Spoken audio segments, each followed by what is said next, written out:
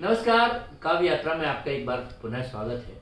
मित्रों, अक्षर होते हैं, अक्षर से शब्द बनते हैं, शब्द से बनते हैं वाक्य, और वाक्य में जब गेयता आ जाए तो वो बताती है कविता। और यही कविता जब किसी सुंदरी पर लिखी जाती है तो वो एक गीत होती है साधारण सा, जिसे हम श्रृंगार में कहते हैं। और वही गीत जब किसी ईश्वर की आराधना में हो तो भक्ति का भजन बन जाती है। जब तक हमारी कविता भजन नहीं बनती तब तक वह मंदिर से बाहर होती है।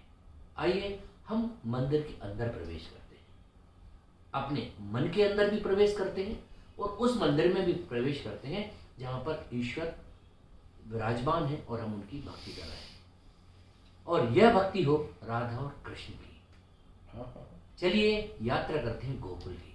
हमारे साथ हैं उज्जैन के बहुत प्यारे कवि अनुज पांचाल जी और उनके मधुर मधुर से राधा कृष्ण से संबंधित छंद। तो ये छंद होंगे और आपके मन का आनंद होगा। निश्चित मानिए यह यात्रा गोकुल की होगी, उन गलियों की होगी जहां आपका मन आह्लादित होगा। अनुज जी, स्वागत है। स्वागत है। विजय दादा ने जो श्रृंगार की बात करी, अभी जो ये श्रृंगार की जो भूमिका है, तो मैं मेरे आराध्य भगवान श्री कृष्ण के चरणों में कुछ एक छंद आप तक स्वागत है। स्वागत कि जब तक राधिका से मन की न बात होगी तब तक कान्हा को न चैन मिल पाएगा। क्या बात है, क्या बात है। कि जब तक राधिका से मन की न बात होगी तब तक कान्हा को न चैन मिल पाएगा। खोया खोया रहता है गुमसुम गुमसुम, बरसाने वाली को ये कौन बतलाएगा। बिखरी है लट चुप चाप दिखे नट खट, बिखरी है लट चुप चाप दिखे नट खट, उलझन उसकी ये कौन सुलझाएगा। तो अनुज विचार यदि मिलन हुआ नहीं, तो अनुज विचार यदि मिलन हुआ नहीं, तो कौन बांसुरी की धुन हमको सुनाएगा।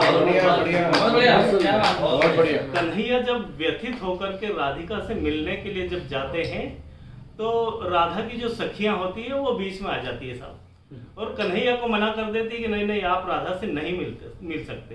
कन्हैया जिद करते हैं कि मैं कन्हैया गोकुल का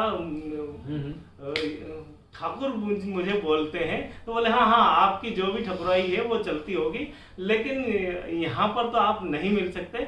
मैं उसी जिद को सखियों ने जिस तरह से वापस उनको जवाब दिया है, मैं वो छंद आप तक पहुँचाना चाहता हूँ कि मुरली की धुन पर सबको रिझाया, किंतु बात न बनेगी कान्हा तेरी मन मानी की। क्या बात है। कि मुरली की धुन पर सबको रिझाया, किंतु बात न बनेगी कान्हा तेरी मन मानी की। माखन व मिश्री पे लार टपकाने वाले, गंध भी मिलेगी नहीं तुझे गुड़ धानी की। होगा चित्त चोरिया की छलिया दीवाना प्यारे, होगा चित्त चोरिया की छलिया दीवाना प्यारे, दाल न गलेगी कभी तेरी बेईमानी की। और लाख ठकुराई चाहे चले दुनिया में पर, लाख ठकुराई चाहे चले दुनिया में पर, यहाँ तो चलेगी रे हमारी ठकुरानी। कन्हैया फिर जिद करते हैं तो फिर सखियां उनको जवाब देती है कि मुरली की धुन पर तो सब कहते हैं, तो सखियां फिर उनको जवाब देती हैं कि राधिका से मिलने के छोड़ दो जतन, क्योंकि बरसाने वाली कभी हाथ नहीं आएगी। तुम तो हो काले और मन भी तुम्हारा श्याम, श्याम से कभी भी गोरी प्रीत न लगाएगी, श्याम से कभी भी गोरी प्रीत न लगाएगी, श्याम से कभी भी गोरी प्रीत न लगाएगी।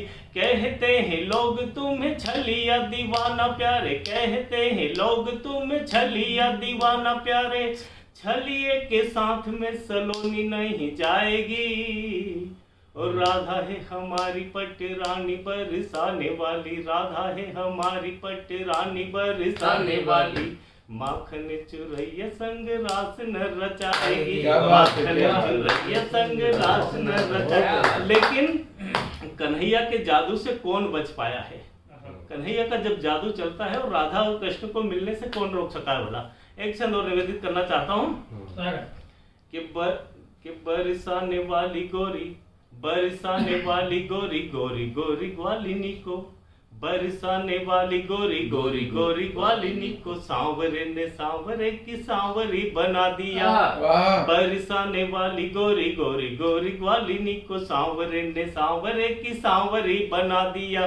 दुख भरी जीवन की श्यामल सी रात को भी श्याम ने सुहानी सी विभावरी क्या बना बात है, बहुत दिया। बढ़िया, आशाओं बहुत की धार जब सूखने लगी तो, आशाओं की धार जब सूखने लगी तो मेरे श्याम ने छलकती गोदावरी बना क्या दिया। बात और ऐसा रंगा अपने ही रंग बनवारी ने क्या? की, सीधी साधी राधिका को बावरी बावरी बना बना दिया। दिया। साधी राधिका को बावरी बना दिया। तो गोरी बरसाने वाली और भी निखर गई, जब से लगा बसंत 16वें साल का। आहा। कि गोरी बरसाने वाली और भी निखर गई, जब से लगा बसंत 16वें साल का, जब से लगा बसंत 16वें साल का। कंचन सी काया कचनार सी महक उठी, रंग भी हुआ गुलाबी गोरे गोरे गाल का, रंग भी हुआ गुलाबी गोरे गोरे गाल का। पूछती सखी विशाखा ललिता यूं बार बार, पूछती सखी विशाखा ललिता यूं बार बार, रुख बदला है प्यारी कैसे तेरी चाल का। तो अनुज करे विचार, अनुज करे विचार, फागुन में राधिका पे लगता खुमार चढ़ा जैसे नंद लाल का, लगता खुमार चढ़ा जैसे नंद लाल का। क्या बात क्या बात क्या बात। और एक छंद काले रंग को लेकर के कुछ लोगों की धारणा है कि ये अशुभ या अशुभ का प्रतीक माना जाता है, लेकिन अच्छा। मुझे उसे सबल सकारात्मक रूप में उसको प्रस्तुत करने का प्रयास किया है, आप तक पहुंचाना चाहता हूं कि काला रंग है अशुभ, काला रंग है अशुभ मानते हैं लोग सब, किंतु मेरे श्याम ने तो यही अपनाया है। काला रंग है अशुभ मानते हैं लोग सब, किंतु मेरे श्याम ने तो यही अपनाया बहुत बढ़िया, है। बहुत गोरी गोरी राधिका ने काले से लगाई प्रीत, मीरा सी दीवानी को भी यही रंग भाया है। काला ही तो काल के कराल को मिटाने हैं तू, काला ही तो काल के कराल को मिटाने हैं तू, कालों का भी काल महाकाल बन आया है। और होनी अनहोनी होती कर्म अनुसार यह, होनी अनहोनी होती कर्म अनुसार यह, गीता के संदेश में भी काले ने बताया है। वाह, वाह, वाह, गीता वाह, के वाह। संदेश बहुत बढ़िया, में बहुत बहुत